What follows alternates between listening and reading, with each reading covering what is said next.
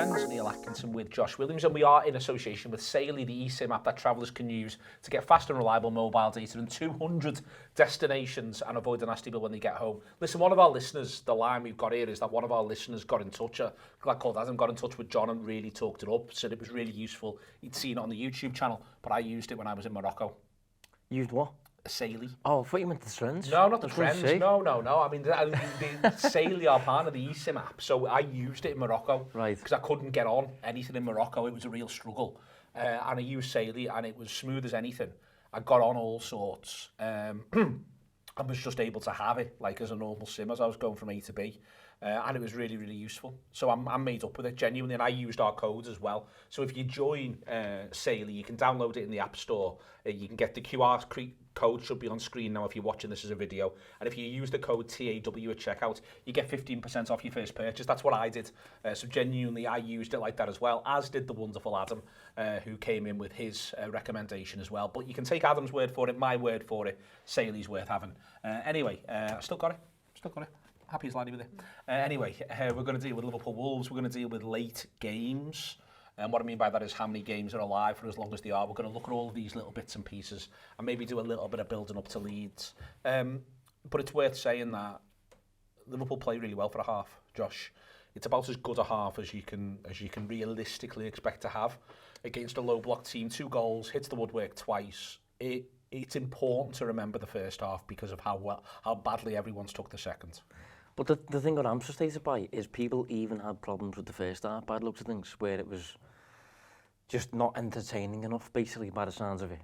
I thought the first half was very classic, dominant Premier League winners performance against the variation. Yeah, I'm surprised anyone had any problem with it, really. Honestly, I've seen quite a few people point out that it was like boring and things like that. There wasn't much happening in Liverpool. It wasn't grouping it with the other games that we've had where we've struggled to break down a team or something. I thought we had total control. We were just waiting for that clear-cut chance, waiting for the tap-in, and then we were going to go and take the game from there. And that's exactly what happened in the first half, I felt. But then, yeah, kind of story of the season, second half gets a bit weird. Well, I will start with the stats because there's a couple of quite interesting things in there, as I often sort of touch on. One is that Liverpool won more tackles than Wolves, which, you know, pointing out previous weeks in Liverpool didn't even try and make many tackles against Tottenham, I think is quite interesting. Pressures, Wolves is a huge amount of pressures, but they're mostly defensive ones, as we'll show. Pressure regains, Liverpool are perfectly reasonable, 57, but again, what do we mean by pressure regains? That people are just giving you the ball back cheaply because they don't want to lose it in one area, but therefore sort of pass control on somewhere else, then that's a thing. Wolves' pass completion at 74% suggests that may well be a thing. And where the XG ends up, Josh, 1.56 to 1.02 on the cumulative XG. It does sort of tell the story of that second half. You know, we can move on and see the race chart here. There is one massive leap. You know, you take that incident out, as I'll show in a second or two. Wolves' shot map is pretty tame. But that incident does happen, and Liverpool can't keep saying, well, if you take that incident out, if you are going to concede from set pieces, then you are going to give over decent opportunities from set pieces. Yeah, I think that's the frustrating thing. It does come from a set piece again, and the reason it's so high, such a valuable chance, is because it ends up being really close to goal and an attempt with a player's foot as opposed to a header. So it's very, very valuable, very close. You can't miss, essentially. And again, story of the season, really a trend of the season. I think that's 12 now that we've conceded from set pieces in the Premier League. We've scored 3. So -9 goal difference, the worst in the division. Sort of, you've got to be a little bit careful because a lot of it's on the definition. So, for instance, StatsBomb, for instance, doesn't include the Gimenez one. And obviously we are we or are we including the Szoboszlai one? Yeah, well, I'm going from Opta. So I think it's best not to include the Szoboszlai one in a way, you know what I mean? But I think it is sort of literally when does the set piece break down and it becomes something else is in there. But I think full stop. Ultimately, Liverpool are not neutral on set pieces, and neutral is a perfectly valid and reasonable. It's a low bar, like. I think it's that lower bar. I think it's a bar that. I think you can be a football team that can challenge for all sorts of honours if your set piece balance is neutral. Liverpool's was last season. You can't be -9 after 18 games because that means that every other game you're effectively putting yourself 1 goal behind on set pieces. Yeah, I mean, it feels like we're just blindly defending our slot sometimes when we're talking about this, but if you gave Arsenal or Man City a -9 goal difference from set pieces, they would be struggling. It's difficult to climb the table in that position, it really is, and Liverpool are suffering from the season. It's resulting in wobbles, as we saw in this case, but it's also resulting in, like, we're conceding the first goal in certain games and things like that. Last season, I think we were largely neutral, and you can win the league on that, obviously. I think going into the second season under the manager, you would have liked to have seen, be a bit more ambitious with that. Can we go to +5? Can we go to +10? You know, go in that direction, but we've gone the other way. Yeah, we have indeed. Just want to do the pass network for the starting 11s. A couple of things I think are as fascinating. One is he picks his team and he absolutely commits. It's back to 4-3-3. Chiesa plays the right side of forward, Viet plays left side of forward, albeit loads of licence to manoeuvre. Still has the fullbacks push up against a back three with a low block. But to me, what's fascinating is it's McAllister who has to move to accommodate playing Jones next to Viet. For me, that's the biggest takeaway from the sides, is that McAllister, in a way, he's the furthest forward, which is not what he's ever really been under this manager or the previous one, whilst he's been at Liverpool. He is the furthest forward, and Jones takes his berth on that left-hand side, and I think it's not entirely, but it's massively about Jones's relationship with Viet. Yeah, I think Jones was really good in this game, actually. I think he's been consistently good throughout the season, to be honest, when it comes to keeping the ball and moving it forwards, and that close-knit relationship with Viet, where they want to probe and they want to almost attack pressure and then dance around it and that sort of thing. I think Jones is very good when it comes to that sort of thing. Remains to be seen what would have happened if Szoboszlai was in the team, who would have played where maybe McAllister gets benched, you know, based on what we've seen so far this season. But yeah, I think of all the players that Viet has tried to connect with, you could argue, I think Jones has probably been the one that he's been on the same wavelength as. Yep, see that one in there. And you can see it even more in the first half. Jones and Viet's circles right on top of each other, Kerkez's as well. It's a triangle that works quite well for Liverpool, I think, over the course of the game. And it's even more pronounced McAllister to the right-hand side in that first half period, which is the period whilst Chiesa was on. And it was more of a classic 4-3-3. McAllister very much, that is where Jordan Henderson would be, or where Dominic Szoboszlai would be. And I think it's striking to me that McAllister is over on that side for this. Pressures, Wolves look to do bits and pieces down Liverpool's left, therefore Liverpool's pressures are higher in that part of the pitch. I don't think there's some sort of master plan there from Liverpool, because Wolves just kept giving them the ball back anyway over the course of the game. And what's interesting is Wolves end up, because of the way Liverpool are playing, around Florian Wirtz, around Curtis Jones, Wolves just end up with a heat map that is the areas where they were playing, and that again shows their influence, I'd argue. Yeah, I was going to say that's, I mean, based on those numbers, based on those heat maps, it looks like it's an entire game that's taking place on the left side of the pitch for Liverpool. You can see that in the pressures, you can see that in the pass maps. Some good relationships developing there with Kerkez as well. Yeah, which I think is good. So here's Liverpool's shot map over the course of the game. Listen, most of your high points in this happen in the first half, but it's a good shot map. You know, I think it's one which, if you are from a Liverpool point of view, you walk away from and you say, you know what, that's all right. And especially with game state influence. Yes, it's against bottom of the league, but there's bits and pieces in there. And as I say, for the first 60 minutes, that's a decent enough shot map. We look at the Wolves one, and you just simply take away those two things that are in the 6-yard box, and you'd say that's exactly what you should be doing against 20th. That's what 20th should look like. What there's a circle, is there? Well, they'll put the ball into the box at some point, and you've got to put up with that when it happens. Yeah. You know, 3, 4, 5 bits from the edge of the area, you're saying, well, that's all right, that happens.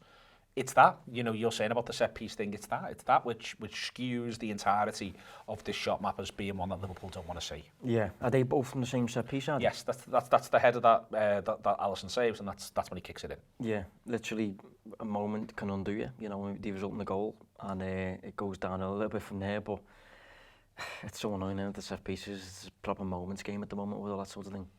It is. But I want to sort of come on and do a couple of little areas. So I think that Liverpool put themselves in situations where they're vulnerable, and then at times that's been exploited via set pieces. But there is a fair criticism of Liverpool this season with how they've been in the last half an hour when they've been ahead, and I want to explore that a little bit. So I've got us, and I've got Arsenal, and I've got City. I think Villa are funny at the minute. I don't act like it's an understatement, that. Yeah, but I think that I think they're managing games well, and they're managing themselves through games well. Like, for instance, they weren't very good against Man United, but they had, I think, a real confidence that if we don't do anything daft, we'll either do something brilliant or they'll give us one, was their attitude.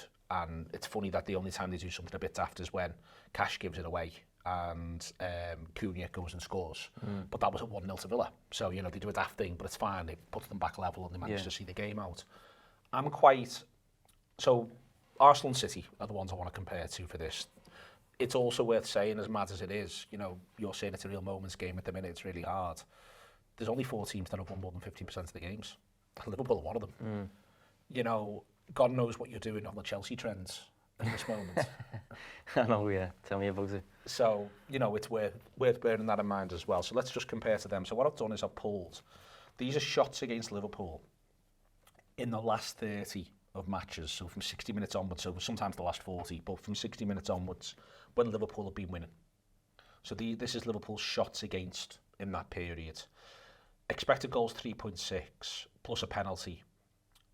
Number of goals 6 plus a penalty. And this is where there is that just unfortunate? Well, I've got tying in with what we've just mentioned about set pieces too. I know there's a lot of it's trendy at the moment, isn't it, to Slater and Briggs and things like that, but it's similar with the set pieces, as in if you look at the XG that we've given away from set piece scenarios and things like that, we've conceded 12. We should not have conceded as many as 12, so there's a bit of bad fortune with that too, but yeah, I just wanted to throw that in there ahead of this, which seems to be similar. Yeah, so this is the shots conceded by Liverpool. And I'll look again. It would be easy to go, well, is this all... None of the goals are headers. None of the goals are headers. Now, that's not the same. You know, a couple of them can still be from set pieces, breakdowns, the way in which it ends up, but none of the goals are from headers. So Liverpool are in a situation where it's 3.6. That's what, when they've been ahead, they've won 10. So they're not won as many as City and Arsenal. City and Arsenal have won 13. They've won 10, and they're in this situation. But winning 10, it's fair to say in most of the games where Liverpool have won, they've been ahead when you've hit 60 minutes. Yeah, I agree. So that's perfectly reasonable to sort of point that out. And then they've gone on and 3.6 conceded, 6 goals, 40 shots. These are the shots that they've conceded that are better than 0.2 XG. They've only conceded 3, and all 3 of them have ended up in the back of the net. And a penalty, I'm assuming. And the penalty is the 4th, yeah. Right, yeah. The square's the penalty.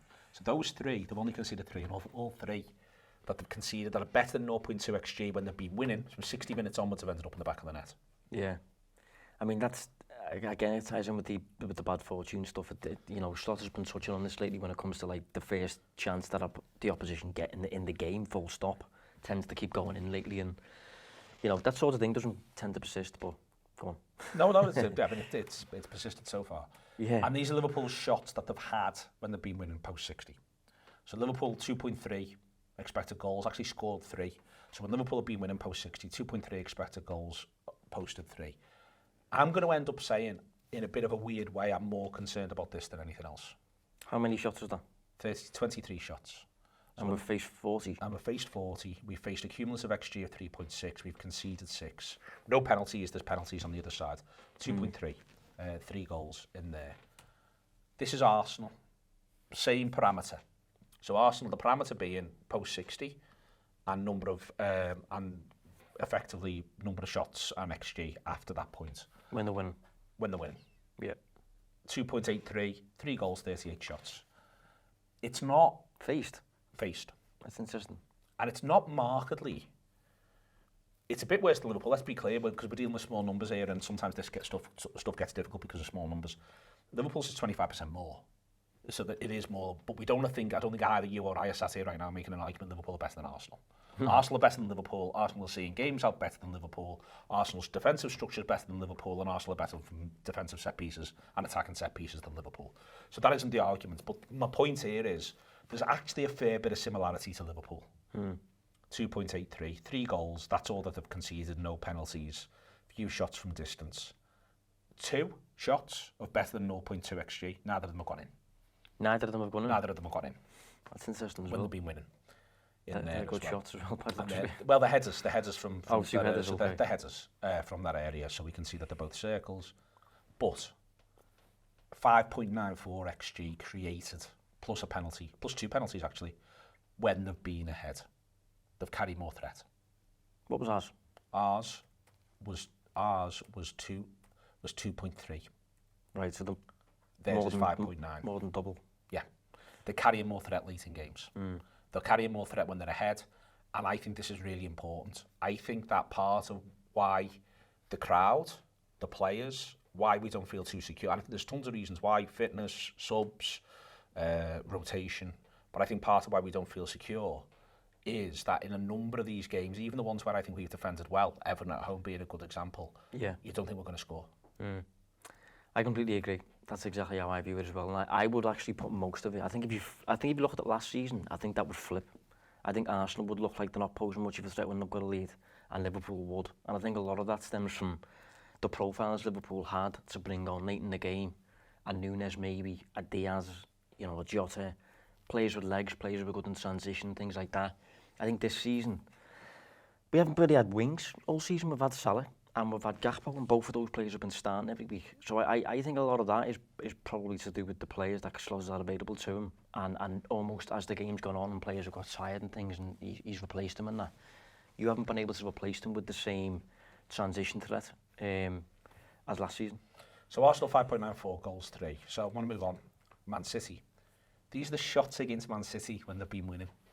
60 onwards. Right. 4.95. The worst of all three sides. How many? 4.95 plus a penalty, 2 penalties, one of which was missed. 4 goals conceded. How many shots? 49 shots. That's more than Liverpool. That's more than Liverpool, yeah. More than Liverpool. Interesting. And then you go at the 0.2, they're on 6. Doesn't include the 2 penalties, they're on 6. So go back to Liverpool. Liverpool were on 3 plus the penalties. City had twice as many, worse than 0.2. And look how deep red they are. Yeah. And from those, they've only conceded 2. Yeah. Could flip soon. Well, could flip soon, but more. But it might not, because, you know, I think that there's something in sides believe or don't believe. Like, I think there's a bit of a thing with Liverpool. Part of I think there's issues with Liverpool at set pieces, but I think the other thing that's happening is they're giving the set piece away and someone's going, oh, fucking hell, we're in for it now. Yeah. I agree. And I think that you ride a wave over the course of a season, and I feel a little bit like, you know, you get to this point in a season and there's just some years where it feels a bit like the die's cast. That we might get to the end of the season, like the manager might say, you know, imagine what it looks like if we get back to a neutral set piece balance. But there's every chance we're neutral from this point and it stays at 9, and then next year things might be a bit different, but also maybe we score 2 of the first 3 set pieces, we don't concede any for the first 5, and suddenly everyone believes, and a lot of things are quite similar, but everyone gets set in, no, this, you don't get much from set pieces in Liverpool anymore, do you? Vice versa, Christ, Liverpool are dangerous from set pieces, don't give a soft one away. Yeah. No, I agree. I think that the mental side plays a big part, and I think players obviously see patterns as well. Players pick up on patterns, things that keep happening, things like that, and some of that for City as well could stem from the first 5 or 10 games or something like that. I think since then they've kind of come out the other end for me. Settled on a system. He seems to be picking the same team every week at the moment. I posted a little Guardiola video today actually, just where he's speaking on, I think he gets asked about Brighton earlier in the season. I think they lost the game relatively comfortably, and they obviously look like a different team now, and he gets asked why, and he basically just puts it down to time and work on the training ground with players and that. So I do think it's a process that you've got to go through, and maybe City will start conceding more from that, but maybe they've come out the other end and that's not happening as much. Exactly. What's also really interesting and impressive is this City shots when they are on top, when they're winning 60 onwards. Expected goal 6.2, 6.3 in reality, better than anybody else. Those that were mentioned, 55 shots, 10 of them resulting in goals, and there's a penalty in there as well.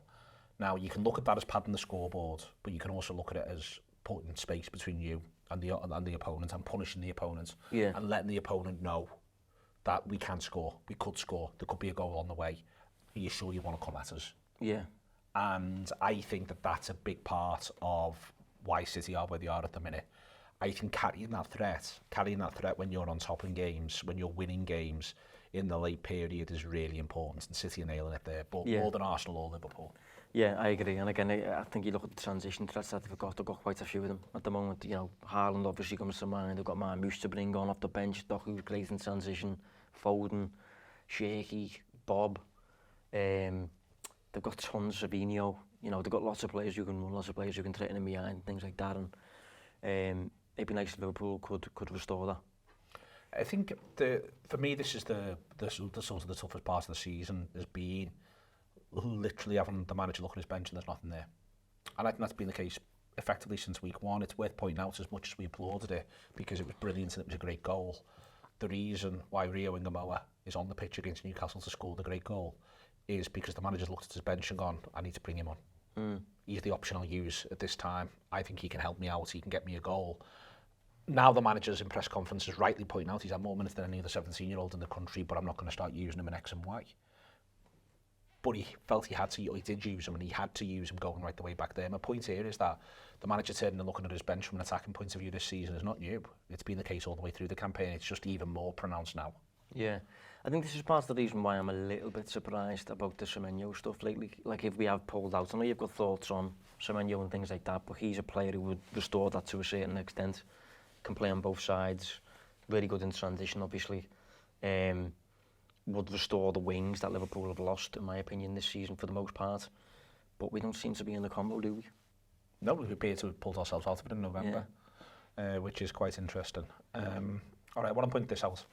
So, again, trends, the name of the show. Do it every week, me and Josh. Josh has a Substack as well, Distance Covered. So you want to jump on that. What are you written about this week? You did some Boxing Day stuff. Yeah. You didn't write that on Boxing Day, did you? I did, actually. You did? You got up on Boxing Day? Yeah, I did. I've been writing a lot lately about just, like, tactical bits that Slot's doing every week, because he gets pointed out that, like, you know, he's not doing anything. We're just playing the same. He's not. He's changing quite a bit every week, and I've been pointing that out. And I got to a point recently after Wolves where I thought, I can't write about set pieces again. So I thought, right, I'll do something different for January. And the idea was finding a centre-half.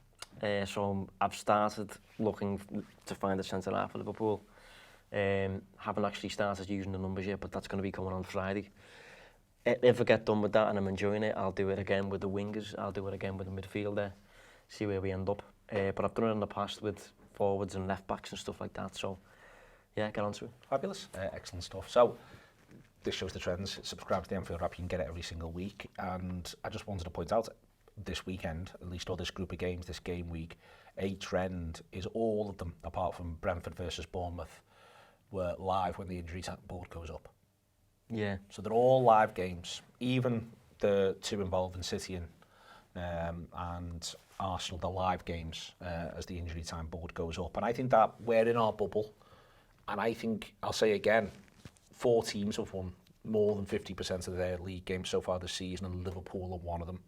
So at the minute, Crystal Palace get beat at the weekend. Palace are having a bit of bad fortune, but they also look dead on their feet. You know, you catch other teams for any length of time, and it feels like, you know, I watched Man United versus Newcastle, and United spent the whole of the second half effectively camped in their own penalty area. Yeah, they did, yeah. I think we've got this thing that we think, because we're Liverpool and we are the champions and we should have the highest standards and we do want to win everything that's going.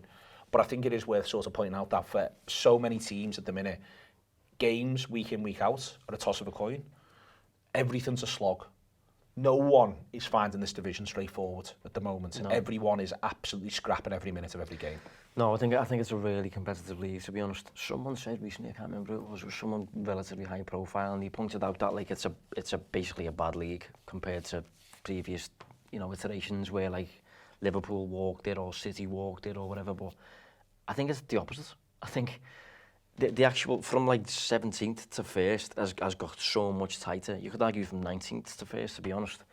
The gap is a lot smaller than it ever has been.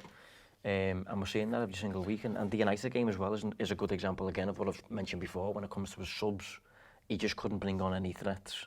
They end up bringing on kids, they bring on Zirkzee, who can't run.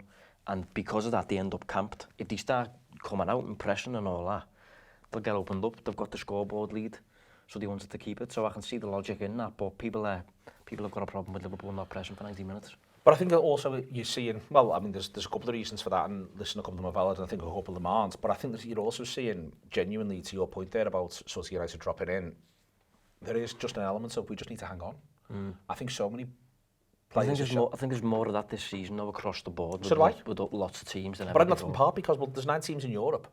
So there's 9 teams that have got those additional games. There's 9 teams that are dealing with this absolutely punishing schedule on the one hand, and then the sides that aren't in that 9 tend to be the poorer sides. And they're then saying, well, they're likely to say we want to hang on for dear life. They're likely to say we've got to fall back on ourselves. So you're dealing with elite sides who are knackered on the one hand, and now at this stage of the season, more of the poorer sides are also knackered, and also they're the poorer sides. So as it gets late in the game, what you do? Well, you fall back on yourself. Yeah. So we're seeing so much. That's why so many of these games are so tight. Yeah. And you look game in, game out, and every now and again you'll see someone will cut loose and do a 4 or a 5 from nowhere, and it feels a little bit from nowhere. And I'm going to come on to Brentford versus Bournemouth in a minute, but I just think that a trend across the division, you know, Arsenal got an unbelievably deep squad. They've already had a fair few quite significant injuries and layoffs, and I don't think that's stopping, because I think you've got to work so hard on a Saturday, and then you've got, in this league, you get no winter break, you've got midweek games now when you run through. The nearest thing you get to your break is your third round FA Cup, the week around that. And Arsenal are still in the League Cup. Yeah. They're going to play Chelsea. Two domestic cups as well compared to other countries. Yeah. And I think that the competitiveness combined with the fact that you want to achieve in Europe, combined with you want to be in Europe next season, so you can't skate, you can't take it easy. At this point, you can maybe make that call when you get to quarterfinals and semi-finals. So your harder games are your weekend games, but you can't take it easy in Europe either, because one slip in the Swiss system and you can find yourself needing to chase, as Liverpool have found with the PSV game. I think it's such a difficult moment to be a top quality Premier League footballer. I think the load, the demand is enormous, and I think you're seeing it in, like, City have got a bench where they're picking 9 and 6 of them are teenagers or under 21s. I think you're seeing literally really strong, really rich squads just be chipped away. I mean, I think it's one of the reasons why Villa are doing so well, actually. Villa have got the kind of squad where they've got like 35 senior internationals who were not quite like elite, but they're just really steady, good, all about 28 years old, 29 years old. And he's just rotating them, using them however the match, whatever the match needs, he's deploying them accordingly. And yeah, it's a quality league at the moment. It's very competitive, and I think Liverpool have lost 6, but also won double figures in 10. Yeah, so it's the draws that we're lacking, if anything. But yeah, it's a mad league at the moment. It is. So that's the, you can see there. These are the results from the week. There's only one where it's not in doubt when the scoreboard goes up, but. I'll jump to that one in a second. I just wanted to do the two first. I was trying to do a punchline there and I put my slides in the wrong order. Forest versus City. All right, these things happen. Forest versus City. I think this actually is... Did you see this game? No. Okay, I think that Forest should be doing better there on the race chart by half-time. There's a lot of balls that are whizzed across boxes and people aren't getting touches to them. So that type of thing. City get themselves 1-0 up. Forest go from there. I think this is... That bodes well if you're City. What I would say is Forest have got European issues. They themselves are as knackered, but that is, I've put that, I now remember what the order I did these in. I'll put this one first because I think it's the most impressive one of the weekend. I think Arsenal's is pretty impressive. We know Arsenal are a good side. They're also at home in this. What is interesting is that the XG that Arsenal have conceded actually jumps from 2-0 to at 80 minutes. It goes from 0.1 to 0.7. So there's 20 minutes there where Arsenal are very much on the back foot. They're not completing many passes. They completed fewer than 100 passes in the last half an hour of the game. But what they then go and do is what we talked about before, is they go and carry some threat. And from the point at which Arsenal start carrying some threat, Brighton go, don't whack us. Yeah. I think that little change there at the back end of the game is what Liverpool needs to maybe do a little bit more of. 100%. Once we have maybe you can put that down to the lack of availability of certain players. But that's a leap from, we can sort of see it there, it's less than 1.5. So they've gone effectively and added in the back end of that game, they've added effectively 0.75 expected goals in terms of chances. And they don't get anything for it, but I'd argue what they actually get is the Emirates being a calmer, happy place. Yeah. And Brighton going, you know what, we'll just all walk out of here with 2-1. Yeah. Like there was an opportunity there for Minter, I think, to make it 2-2. It's a really good effort, really good save. And I think on the back of that, Arsenal have obviously pushed back, climbed a little bit higher, started to attack themselves. Made a couple of subs as when it was. Yeah, you cannot forget the other side of the game. Don't sit on leads is a classic analytics take, going back years actually. But teams are doing it more and more now. So this is the one that was the punchline. This is Brentford versus Bournemouth. So Brentford go 3-0 up at half-time. Bournemouth have not had a shot. Sorry, they've had one tiny one first half. Bournemouth have had one shot first half in there. And then Bournemouth's expected goals before Brentford make it 2-0 goes from effectively 0.05 to 2 in that second half period. So even that, which is the easiest game on paper, Brentford end up spending the second half going, Jesus Christ, these are all over us. Yeah. They're pinning us back, we can't get out, we're really struggling. I spoke to a Brentford supporter for Friday's show and he was like, yep, it was horrible the second half. You're 3-0 up, doesn't matter. because they're all over you. They're pushing you back and they're putting you under massive pressure. I remember they did that to us last season. Yeah, we it's went such 3 an up odd thing. at Anfield, and Bournemouth's second half was so impressive, but they didn't really get paid for it. Nope. I don't think they scored at Anfield, but Nope. they've pulled one back there to Semenyo. Pull one back there, and then it finishes 2.64 because Brentford get the late opportunity. Otherwise, the XG would have been about level. And obviously, there's game state thing here, and Brentford might just be managing the game. The point is, though, even when it looks like it's comfortable, it's not that comfortable. Burnley-Everton, 0-0. Everton maybe trying to see the game out a little bit. Both sides a bit of interest in trying to win it in the second half, but not a great deal. Happens or goes from there. This one's absolutely fascinating. Villa do not have a shot first half, Chelsea versus Villa. They don't have a single shot. That's crazy. And then come out second half, score 2. But also, and this is back to, Chelsea are a Champions League team. They've got the budgets, they've spent the money. That second half, honestly, if that was Liverpool, there'd be people banging on the Anfield Wrap doors right now, wanting to absolutely batter them. They offer nothing in that second 45. But Villa, that's a weird thing to analyse. Villa seems to be doing that fairly often lately, and that's why a lot of analytics people in the space are a bit like, this can't continue, and they will fall off it a little bit and stuff. But that's on the back of, I think, 3 changes he makes at once. Yeah. So you could argue the manager has changed the game tactically. Just before 60, he makes 3 changes. Yeah, and look at the impact it has. Yeah. I mean, that's a serious managerial performance. That's to have that level of impact on the back of 3 changes. And that's what he's good at. Yeah, it's what he's great at. But on the back of that, Chelsea should arguably be 2 up at that point. Yeah, well, the other thing to point out as well is, you said before about the fact that he's got these bench options, he's got these numbers at the back, on the bench to be able to, and as you say, it's not even that any of them are absolutely exceptional talents, although they're all very, very good players. They're just Premier League level. Top our Premier League level, and half. what he's good at is taking one of them off, putting another one on, and if it's the right one. Yeah, literally. And then he goes from there, and it works like that. Palace versus Tottenham. Again, Tottenham suffering like nobody's business second half. Palace 2, 3, 4 really good chances over the course of the game. Tottenham have got the best away records in the country, which is insane but true. And Tottenham see it through. But it doesn't feel seen through. It doesn't feel like this is management. This isn't. It doesn't look like management either. No, looks pretty horrendous. It looks like they've done nothing for 80 minutes apart from create an absolute tap-in. I didn't watch this game. Yeah. But there's one tap-in bang in the Archie middle. Gray, yeah, that's the one. And then they start doing bits at the end. Yeah, did very, very little. It's a weird race map, that. It is, but it's also it's quintessentially Premier League at the moment. Yeah. As you go from there. Again, West Ham versus Fulham. West Ham all put down tools, 75 in terms of production. Just have nothing left to give because they're a bit of a mess of a team at the minute. Fulham hang in there and go from there. They get the goal that does it. And I said before about Manchester United versus Newcastle United, and here you get to see United don't have a shot after 80. Newcastle have offered very little in that first half period, but Newcastle are just continually banging on the door. United are not managing this out. They're not killing off Newcastle in any sort of meaningful way. They're not pressing them back, but that's where it ends up. And this is so many games. This is I think I'm trying to tell the story here of this is so many games. Sunderland versus Leeds United, 1-1. Leeds very much the better side, which we'll come on to have a chat about Leeds right now. Just quickly, you and I finish at 1.62, Sunderland 0.68. So there is quite a marked difference there in the expected goals. Leeds were that much better. If you saw the game, you might not have done. No, I didn't. They were that much better.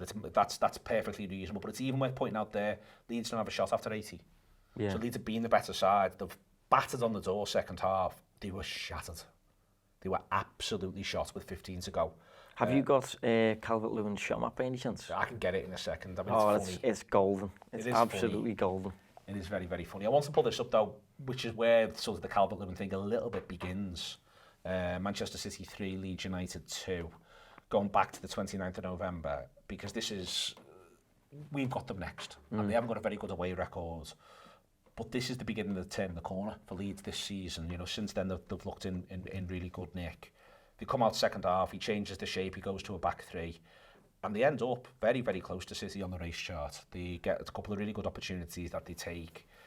It's not going to be straightforward, I don't think, against this Leeds United side, Josh. I've got it sort of set up here a little bit as Wolves did, but what's different, one of the things that I think is different in terms of what they do, is they do this. The Okafor and Calvert-Lewin absolutely look to pin your centre-backs. So what you're doing about that, someone like Gravenberch coming in here, it's going to be really important from Liverpool's point of view. Yeah, I mean, I think for large periods in the away game at Ellen Road, I think Liverpool were actually really in control, really good. But, it just kind of, I think Kanate gives away the penalty in that game, doesn't he? And it just deteriorates from there a little bit. So you'd like to think at Anfield, the same performance without the penalty, surrounded by a familiar crowd, it should go a lot better. But yeah, I think I've been quite impressed with Leeds this season, to be fair. And as I said before, Calvert-Lewin has a knack for getting on the end of tap-ins, basically. So you need to keep him quiet. I think Okafor's been a good player for a good few years now. I think I've been aware of him for a few seasons. So it's interesting that he's doing quite well in the Premier League now. What do you think, how would you think Liverpool should line up? Do you think they should go with the right side of forward again? He does. You said before about what's he doing. Is he doing things people act like he's not doing much? He's changing the shape, I think, every game. He's tweaking the shape around every game to some degree, and sometimes it's marketing. We said before, he's made this commitment, I think, to Jones and Wirtz together on this side and going from there. What do you think he should do differently, with also an eye on, whether we like it or not, he'll say he's focused on the next game, but he has to have an eye on Fulham and Arsenal as well, because of the fact that the games come so close together. Yeah, it's really difficult, to be honest. One of the reasons I've stopped writing about tactics at the moment on my Substack and moved towards transfers is because I think a lot of the tactical tweaks he's making, to me, feel a bit forced upon him, where he's just dealing with what he's got, and he's trying to get a good team out there. So he's using the diamond, he's using the pentagon. I think he was the one who come up with that term.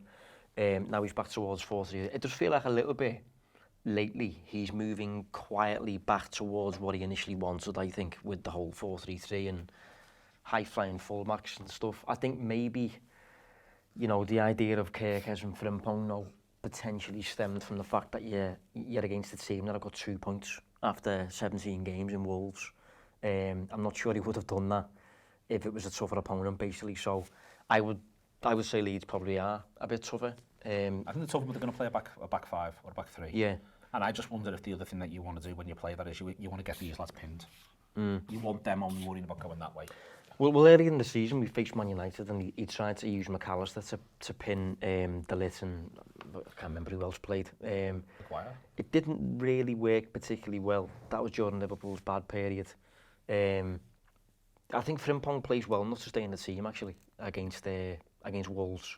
Be difficult to drop him on the back of that. Obviously, Szoboszlai comes back in. I think Jones has to stay in. The McAllister thing is interesting. I think he loves McAllister.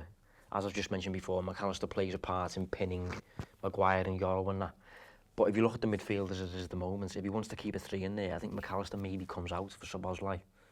Maybe then McAllister gets a break ahead of Arsenal, I'm not too sure. But I mean, it's nice for me to say that it feels like he has options maybe for the first time in a good few weeks. It feels like he's got a couple of choices. Feels like he hasn't had that lately. I am not someone who's very Chiesa orientated, but I feel as though there's an argument to do 55 of Chiesa again in this, because I think his movement helped create more space for Frimpong, and I think I'd go from. I think firstly I'd look to get Gakpo and Bradley just a little bit more time to recover back, because I think his aim is to have as many available players as possible by the time you get to the Arsenal game. Yeah. And I also think that there's a bit of an argument that the smart play might be to rest Wirtz and Jones at the same time. So you look at Fulham and you rest Wirtz and Jones at the same time. So you pick McAllister against Fulham, and you maybe try to start Gakpo against Fulham, and then you've got a sub for an attacker, which is Wirtz, top quality. You've got a sub for a midfielder, top quality, which is Jones. Your game against Leeds, you've got a sub for an attacker, top quality, Gakpo. Sub for a midfielder, top quality, McAllister. Sub at right back if you need it with Bradley to be pulled in, and sub left back if you need it with Robertson, and maybe start Robertson with Gakpo at Fulham, almost, you see what I mean? And build it that way, and sort of build through the game. Start McAllister, start Gakpo, start Robertson, off the basis of the fact that when you play Arsenal, you're almost certainly going to start the pentagon. You're almost certainly going to start all 5 senior midfielders. So you just Szoboszlai's had this game off. So and he runs and runs anyway. Yeah. It's Gravenberch then you're not going to be able to get a rest into, but I think that's just the reality. And if you can do it from the bench, because one of these games goes your way, great. But if you can't, you can't. And I think that gives them, to your point, that gives them choices. I'll be surprised if he starts Chiesa. I can't quite believe I'm arguing that he should possibly start Chiesa, but I think that if he can just get 55 minutes more at Anfield out of Chiesa, then I think it can help everyone, if you see what I mean, in terms of energy levels. Yeah, I agree. I think that the 4-3-3 that we witnessed against Wolves, I think you can see it against Leeds. I wouldn't want to see it away at Arsenal. I think at Arsenal, I agree with you. I think I would like to see a shift back towards the pentagon where you play 5 midfielders in there and you've got a bit more control, a bit more stability maybe. If you don't want to play Chiesa against Leeds, maybe it's the fitness concern. Maybe you play Frimpong in the front line, and maybe you play Bradley as your right back. But I don't like the idea of Frimpong as a forward as much as Rob Gutman does.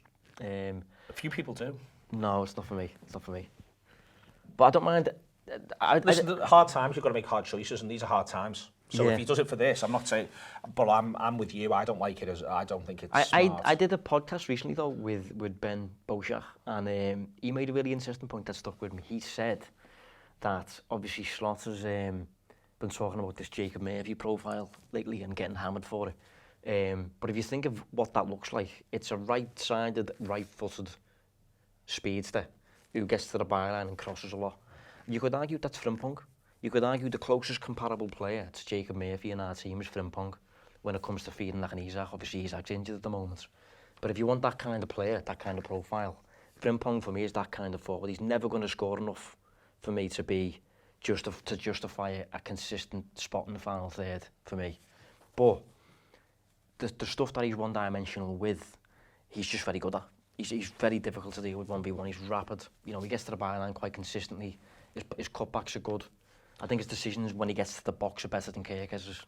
And you know, with you facing Leeds, I think you could maybe go down that route. But yeah, options. Yeah, I'm quite Bradley. I also think I'd probably again work on the fitness points. You can start Bradley at Fulham, and Frimpong can do that one from the bench, and just sort of look to what would be a nightmare if he plays both of them and one of them gets an injury. If you sort of knew what I mean, but it's still, you know, that's my current position here is can we just manage these lads back to full fitness by the time we play Burnley, as many of them as possible, whilst hopefully not losing at the Emirates, winning the other games. Is that a possible universe we can live in where we get to Burnley and we're looking around going, well, all of a sudden there's 6 subs that the manager's happy to use because players are coming back to fitness, not where we've ended up. I think the reason I would like Bradley to get some minutes is I feel a bit uncomfortable with the idea of Frimpong playing at the Emirates. I'm not sure. I wouldn't play with the Emirates, I'll play Bradley at the Emirates. Well, that's what I mean. That's why I'd like Bradley to get maybe an hour in this game. Then he comes off, Frimpong goes right back and you bring on Chiesa for the last half an hour. Maybe. Something like that, potentially. I think I'd go Frimpong again, but maybe this time when you make the sub, you're making the sub and you're replacing Frimpong with Bradley so he gets half an hour, a right back, and then I'd start him at Fulham. Yeah. And then you're asking him to go Fulham Arsenal for 60 minutes of Fulham and then get ready for Arsenal, but I'm sort of all right with that. Yeah.